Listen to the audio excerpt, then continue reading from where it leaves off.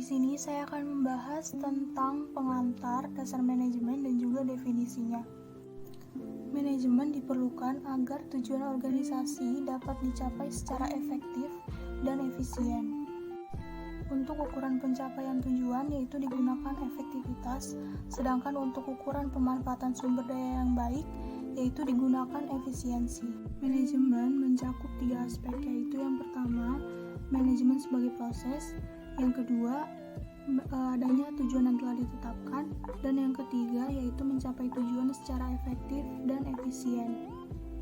Prinsip-prinsip manajemen mencakup 2 aspek, yaitu yang pertama, usaha sekelompok manusia, merupakan usaha dari sekelompok manusia dan bukanlah dari perorangan, walaupun pekerjaan seseorang dapat menghasilkan barang yang bernilai ekonomi. Yang kedua, adanya tujuan. Dalam pengertian manajemen, selalu ada tujuan tertentu yang akan dicapai oleh kelompok bersangkutan. Selanjutnya ada fungsi-fungsi manajemen.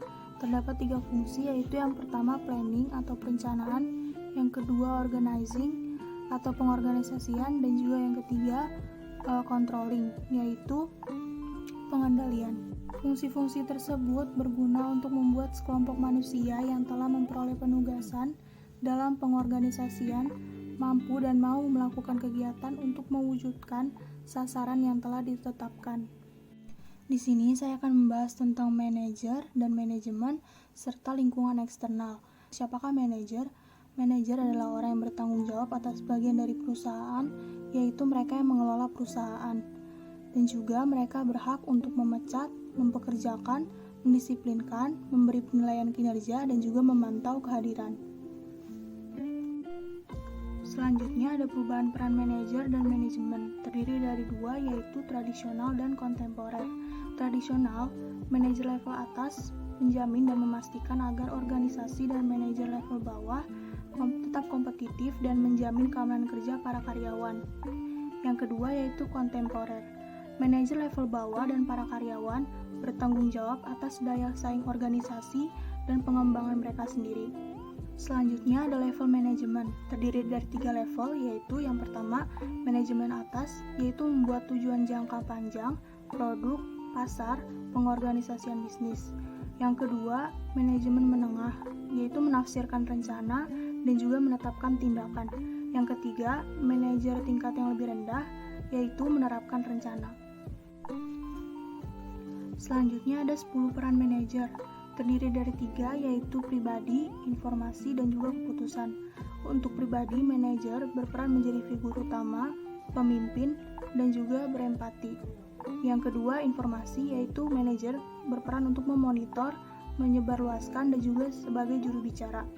Yang ketiga, yaitu keputusan. Keputusan itu, manajer berkewirausahaan, menangani konflik, mengalokasikan sumber daya, dan juga bernegosiasi. Selanjutnya ada kualitas manajer yang baik. Kualitas manajer yang baik yaitu mempunyai ciri-ciri sebagai berikut: berakuntabilitas, berkarakter, prioritas, kehangatan, kesabaran, kejujuran, ketegasan, empati, sikap positif, kompetensi, dan juga fleksibilitas. Lingkungan eksternal yaitu lingkungan organisasi yang mengacu pada peristiwa, faktor, orang, sistem, struktur, dan kondisi di dalam organisasi yang umumnya berada di bawah kendali langsung perusahaan. Contohnya, staf, keuangan, dan kebiasaan di perusahaan. Selanjutnya, lingkungan eksternal, yaitu terdiri dari faktor-faktor yang terjadi di luar organisasi, tetapi dapat menyebabkan perubahan internal dan sebagian besar berada di luar kendali perusahaan. Contohnya, pelanggan, persaingan, ekonomi, teknologi, kondisi politik dan sosial, serta sumber daya. Selanjutnya yaitu faktor ketidakpastian lingkungan. Ada 2 faktor, yaitu yang pertama, kompleksitas lingkungan, biasanya dengan adanya pesaing. Yang kedua yaitu stabilitas lingkungan, misalnya strategi atau aliansi pemasaran pesaing, perang harga, dan juga perubahan tiba-tiba dalam iklim politik. Kecerdasan lingkungan. Kecerdasan lingkungan adalah proses terus-menerus memindai domain lingkungan untuk mencari perubahan. Ada 2, yaitu hubungan eksternal dan juga konsultan eksternal. Hubungan eksternal yang merupakan organisasi adalah sistem terbuka dan erat terikat pada lingkungan luarnya. Yang kedua, konsultan eksternal, yaitu organisasi juga dapat menggunakan layanan eksternal, khususnya di bidang intelijen kompetitif dan perencanaan strategis. Selanjutnya, mengadaptasi lingkungan eksternal. Untuk bertahan hidup dan sejahtera, organisasi harus menyesuaikan diri dengan sistem ekologi yang mengelilingi dirinya. Ada 3 cara, yaitu yang pertama, perencanaan dan peramalan, yaitu organisasi yang direncanakan lebih siap menghadapi lingkungan yang tidak stabil dan dapat merespon dengan cepat dan koheren. Yang kedua, desain atau reorganisasi, koordinasi dan juga pengendalian dalam struktur internal setiap unit yang diperlukan dalam mengambil tindakan terhadap perubahan lingkungan eksternal. Yang ketiga, mengurangi ketergantungan sumber daya. Untuk membentuk aliansi antara organisasi di mana berbagi sumber daya dan berkolaborasi satu sama lain untuk mengontrol biaya dan meminimalkan risiko. Yang terakhir, mengontrol lingkungan eksternal. Ada 3 cara, yaitu yang pertama, menggeser kompetensi inti, yaitu organisasi dapat mengubah bisnis intinya menjadi produk yang muncul dan dengan demikian memimpin perubahan domain pesaing lainnya. Yang kedua, yaitu iklan. Ini adalah cara efektif untuk memengaruhi selera dan opini pelanggan dan memberikan keunggulan dalam persaingan. Yang ketiga, lobby politik, yaitu kegiatan dan lobby politik adalah cara yang mempengaruhi kebijakan dan pengaturan pemerintah untuk mendukung organisasi atau terkadang melawan pesaing. Assalamualaikum warahmatullahi wabarakatuh. Halo teman-teman, perkenalkan nama saya Tegar Muhammad Islah. Saya dari Fakultas Peternakan Universitas Brawijaya, angkatan 2020.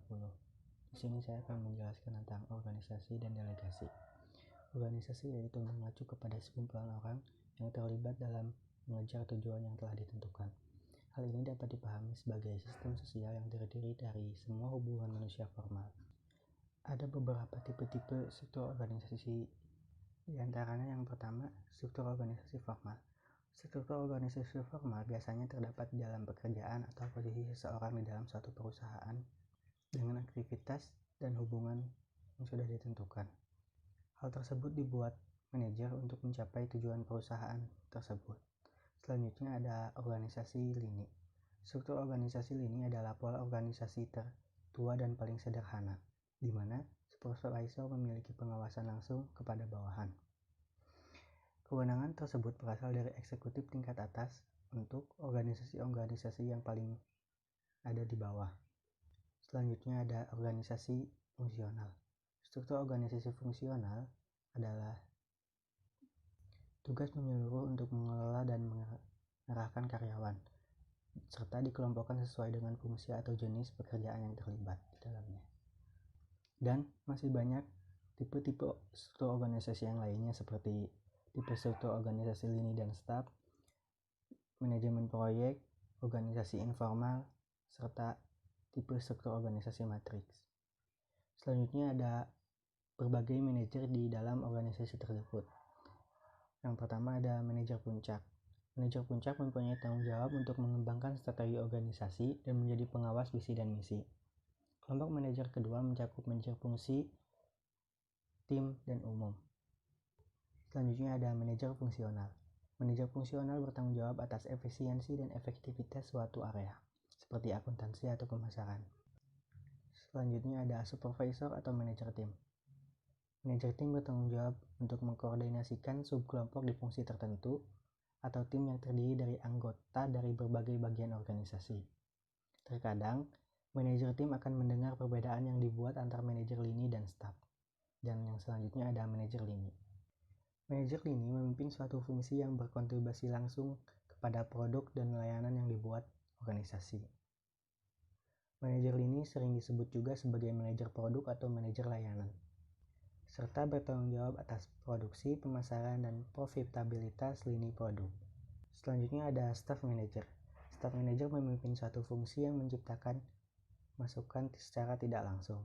Semisal keuangan dan akuntansi adalah fungsi organisasi yang penting, tetapi biasanya tidak memberikan masukan ke produk atau layanan yang dibeli pelanggan. Selanjutnya ada manajer proyek. Manajer proyek memiliki tanggung jawab untuk perencanaan, pelaksanaan, dan penutupan proyek. Sering dijumpai dalam konstruksi, arsitektur, konsultasi, jaringan komputer, telekomunikasi. Selanjutnya ada manajer umum.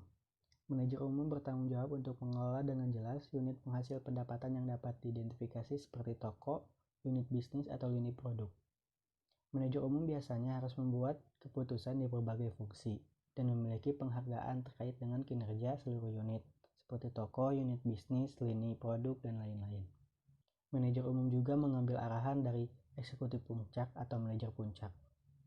Manajer umum juga harus menjelaskan tujuan mereka dengan jelas kepada staf pendukung mereka.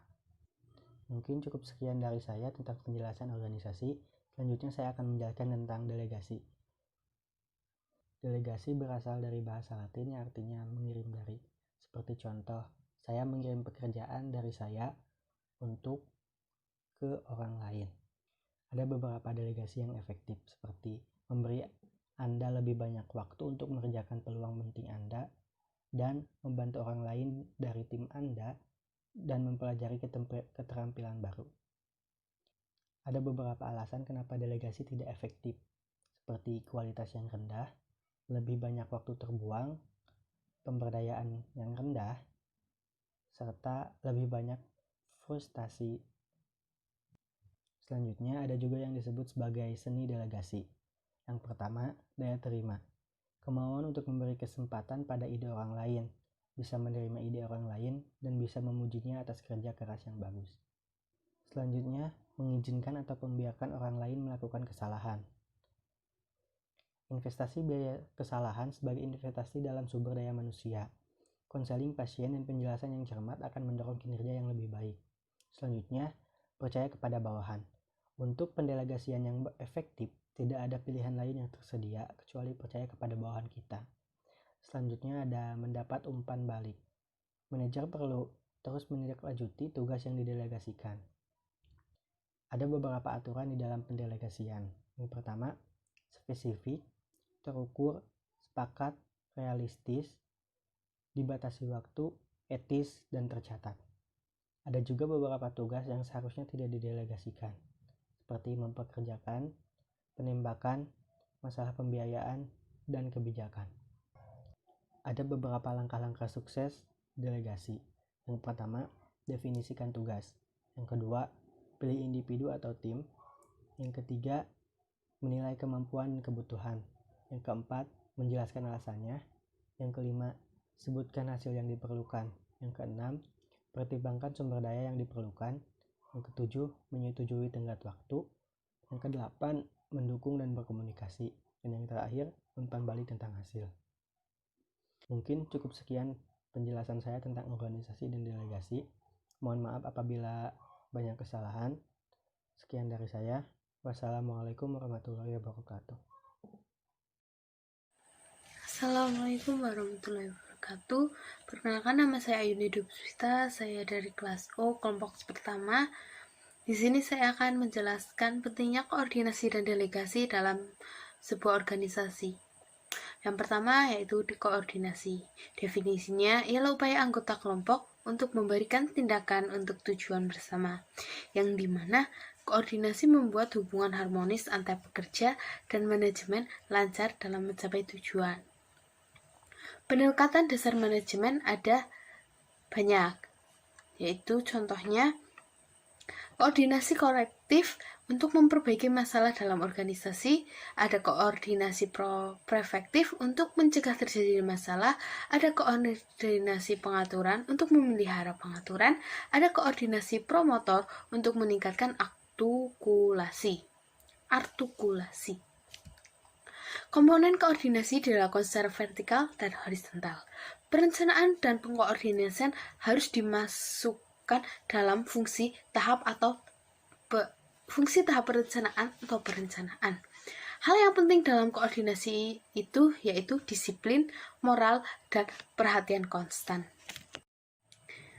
Yang kedua, saya akan menjelaskan delegasi. Delegasi diambil dari bahasa Latin delegate atau mengirim dari, yang bertujuan untuk memberi waktu untuk peluang penting dan untuk tim mempelajari keterampilan baru. Untuk memutuskan kapan delegasi paling tepat, manajer wajib menanyakan 5 pertanyaan dasar. Yang pertama, apakah bawahan punya informasi dan keahlian untuk melaksanakan tugas? Yang kedua, apakah bawahan berkomitmen untuk sukses implementasi keputusan akhir? Yang ketiga, apakah kemampuan dan kepentingan bawahan diperluas oleh delegasi ini? Yang keempat, apakah bawahan berbagi dengan manajemen seperangkat nilai dan perspektif yang sama? Yang kelima, apakah ada waktu yang cukup untuk melakukan pekerjaan yang efektif? Kegagalan delegasi itu bukan karena manajer, karena tim atau orang tersebut tidak mau menerapkan prinsip takut kehilangan kepentingannya.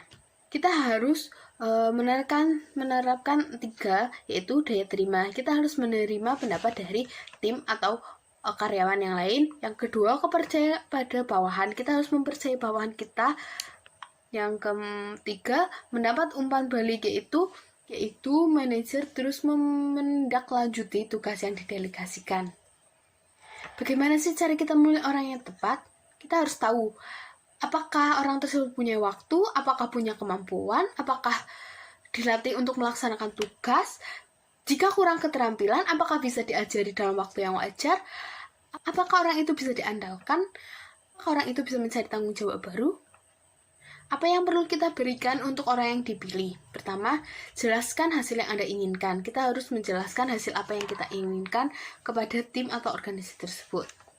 Yang kedua, dengarkan saran tentang bagaimana menurut orang tugas itu harus diselesaikan. Yang ketiga, memberi mereka otonomi dan kebebasan. Yang keempat, mendorong mereka saat pergi untuk melakukan tugas. Saya akan menjalankan aturan delegasi, yaitu spesifik, terukar, sepakat, realistis, dibatasi waktu, etis, dan tercatat. Yang terakhir, saya akan menjelaskan langkah-langkah untuk mendelegasikan. Langkah-langkah suksesnya delegasi dalam sebuah organisasi. Yang pertama, definisikan tugas yang kita berikan. Kedua, pilih individu atau tim sesuai dengan apa yang kita inginkan. Ketiga, menilai kemampuan dan kebutuhan pelatihan yang diperlukan untuk didelegasikan. Yang keempat, jelaskan alasannya. Yang kelima, sebutkan hasil yang diperlukan. Yang keenam, pertimbangkan sumber daya yang diinginkan. Yang ketujuh, menyetujui tenggat waktu yang telah ditentukan. Yang kedelapan, mendukung dan berkomunikasi. Yang kesembilan, umpan balik tentang hasil. Tugas apa sih yang seharusnya tidak didelegasikan? Yang pertama, mempekerjakan, menembakkan, masalah pembayaran, dan kebijakan. Sekian dari saya penjelasan mengenai koordinasi dan delegasi. Semoga bermanfaat. Terima kasih. Wassalamualaikum warahmatullahi wabarakatuh. Assalamualaikum warahmatullahi wabarakatuh. Nama saya Ferdius Pratama Putra. Saya dari Fakultas Peternakan kelas O. Untuk menjadi seorang manajer yang baik, dibutuhkan banyak cara. Salah satu cara untuk menjadi manajer yang baik adalah pengambilan keputusan yang baik. Pengambilan keputusan adalah suatu proses untuk meliputi beberapa langkah, termasuk identifikasi dan formulasi masalah, serta mengevaluasi efektivitas keputusan. Pengambilan keputusan yang baik mempunyai beberapa tahapan. Tahapan yang pertama, identifikasi masalah dan menganalisis masalah. Sebagai contoh, pada saat sekarang kan lagi masa pandemik, jadi pembelajaran dilakukan secara daring. Nah, kegiatan ini memerlukan beberapa alat, salah satunya laptop. Jadi, masalahnya di sini kita membutuhkan HP atau laptop untuk perkuliahan online. Yang tahapan kedua, mengembangkan beberapa alternatif. Setelah melakukan identifikasi masalah, maka langkah selanjutnya adalah mengembangkan beberapa alternatif. Contohnya itu seperti dalam memilih HP. Untuk perkuliahan online ini, kita harus mencari alternatif lain, jangan hanya terfokus sama satu jenis HP saja. Contoh alternatifnya adalah HP Oppo, Vivo, Lenovo, Pocophone. Tahap selanjutnya adalah penilaian alternatif tersebut. Setelah mengembangkan alternatif, kita harus menilai macam-macam alternatif tersebut. Misalnya kita harus menilai dari segi harga, desain, dan mesin. Contohnya HP Oppo memiliki harga yang murah, desain bagus, dan memiliki mesin yang lebih unggul dari HP yang lain. Langkah selanjutnya adalah melaksanakan keputusan. Setelah melakukan penilaian alternatif, maka kita melaksanakan keputusan dengan membeli HP Oppo tersebut. Langkah selanjutnya adalah evaluasi keputusan. Setelah melaksanakan keputusan, kita harus melakukan evaluasi seperti apakah HP Oppo ini bekerja dengan baik atau malah masih ada yang kurang. Cara selanjutnya untuk menjadi manajer yang baik adalah mengetahui cara staffing. Apa itu staffing? Staffing adalah tentang perekrutan, penempatan, pelatihan, dan mengembangkan anggota organisasi. Cara tahapan untuk staffing ini, yang pertama, memutuskan sumber daya manusia apa yang dibutuhkan. Idealnya dari segi pengetahuan, keterampilan, dan kemampuan tentang peran, pekerjaan, serta tugas tertentu. Yang kedua, merekrut sumber daya yang dibutuhkan. Yang ketiga, mempertimbangkan untuk menyewa tenaga ahli dari luar. Yang keempat, menyaring calon pekerjaan dengan cara wawancara, pengujian, dan lain-lain. Yang selanjutnya, memilih kandidat. Yang terakhir, mempersiapkan karyawan baru dengan melakukan pelatihan, fasilitas, dan tugas untuk agar kandidat ini siap bekerja. Cara untuk menjadi manajer yang baik selanjutnya adalah dengan mengetahui cara untuk mengatasi manajemen konflik. Ada beberapa masalah yang biasanya terjadi yang menjadi terjadinya sebuah konflik.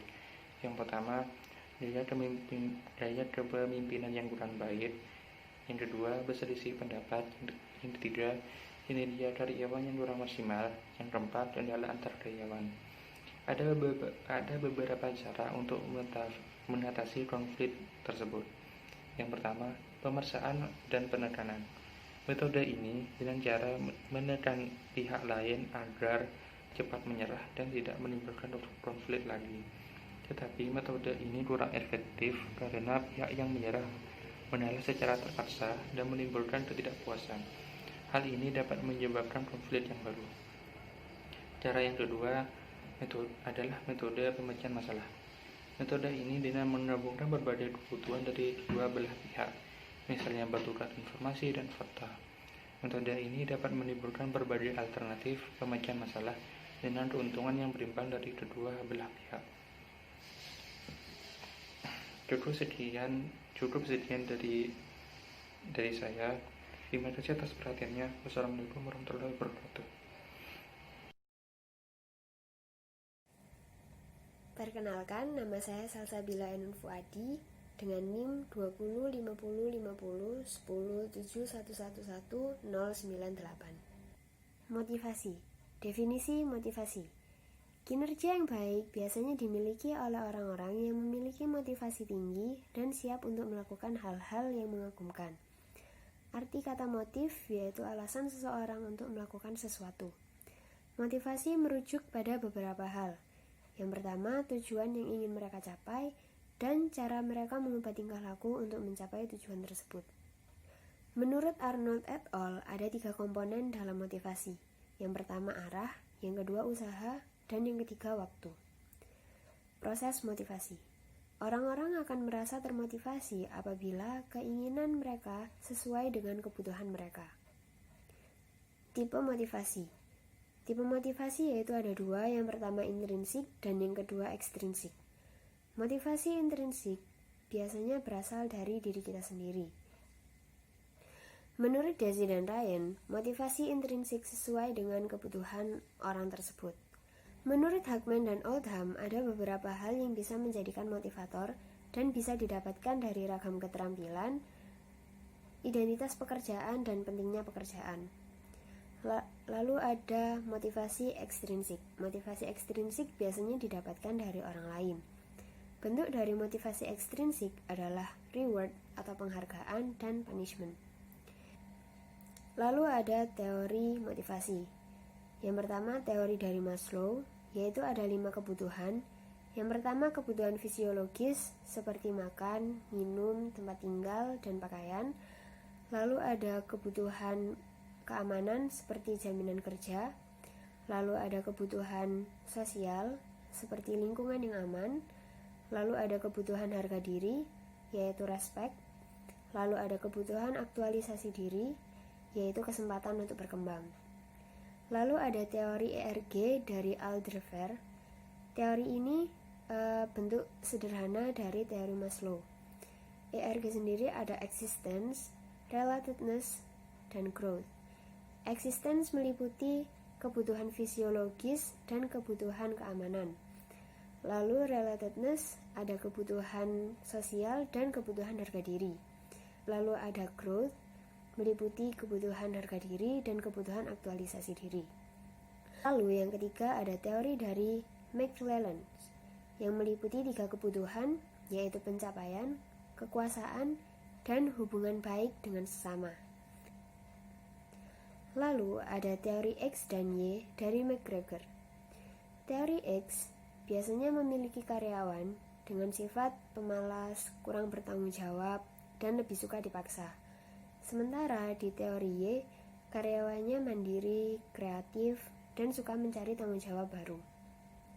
Manajer dengan teori X biasanya bersifat otoriter, sementara manajer dengan teori Y biasanya bersifat demokratis.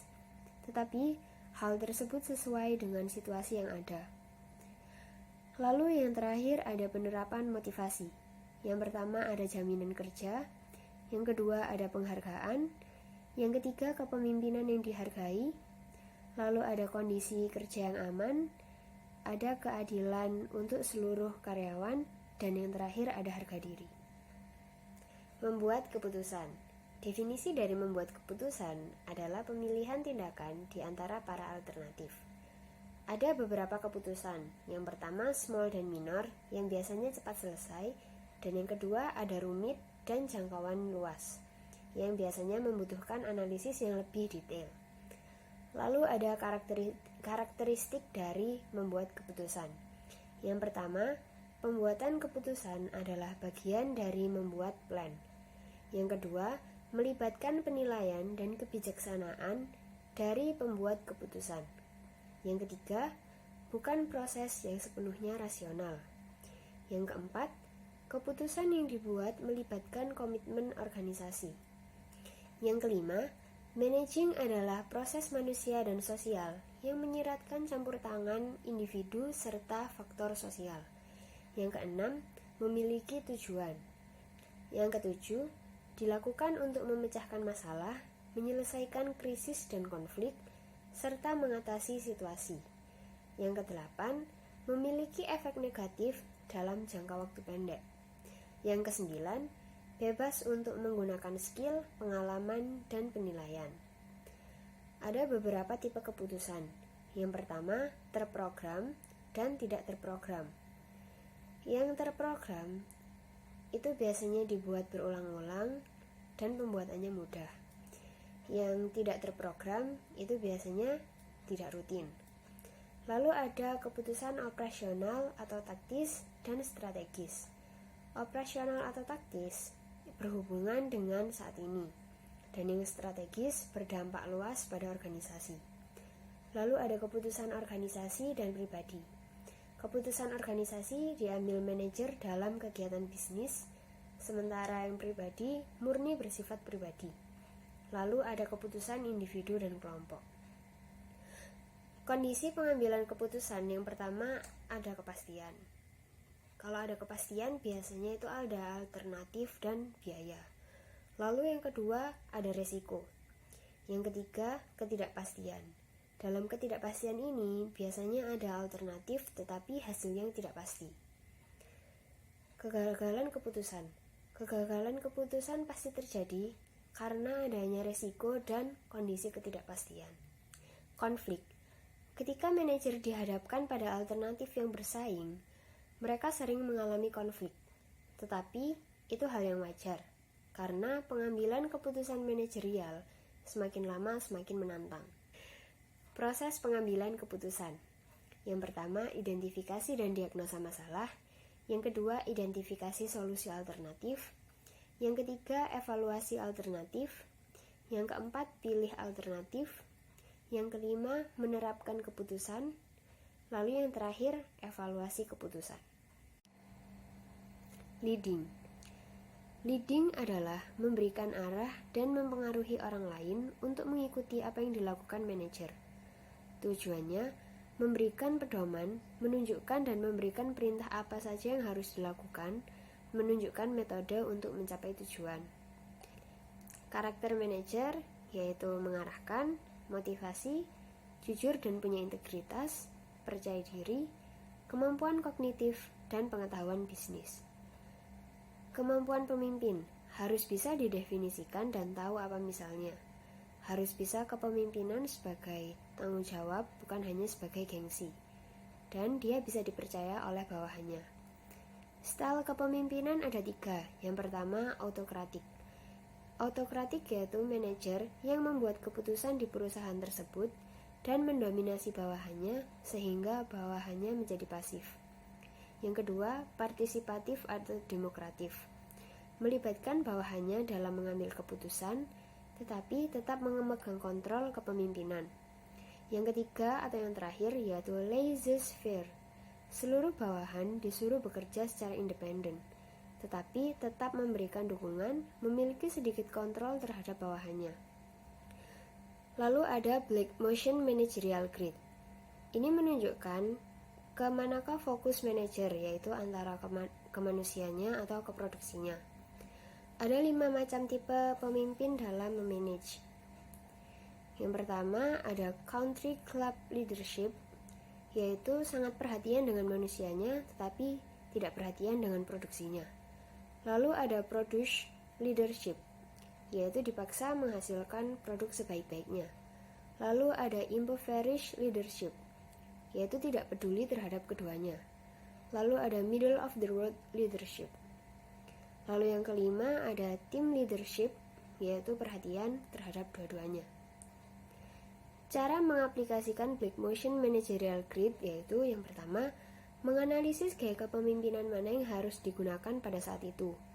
Yang kedua, mengidentifikasi improvisasi skill kepemimpinan. Yang ketiga, put the grid in context.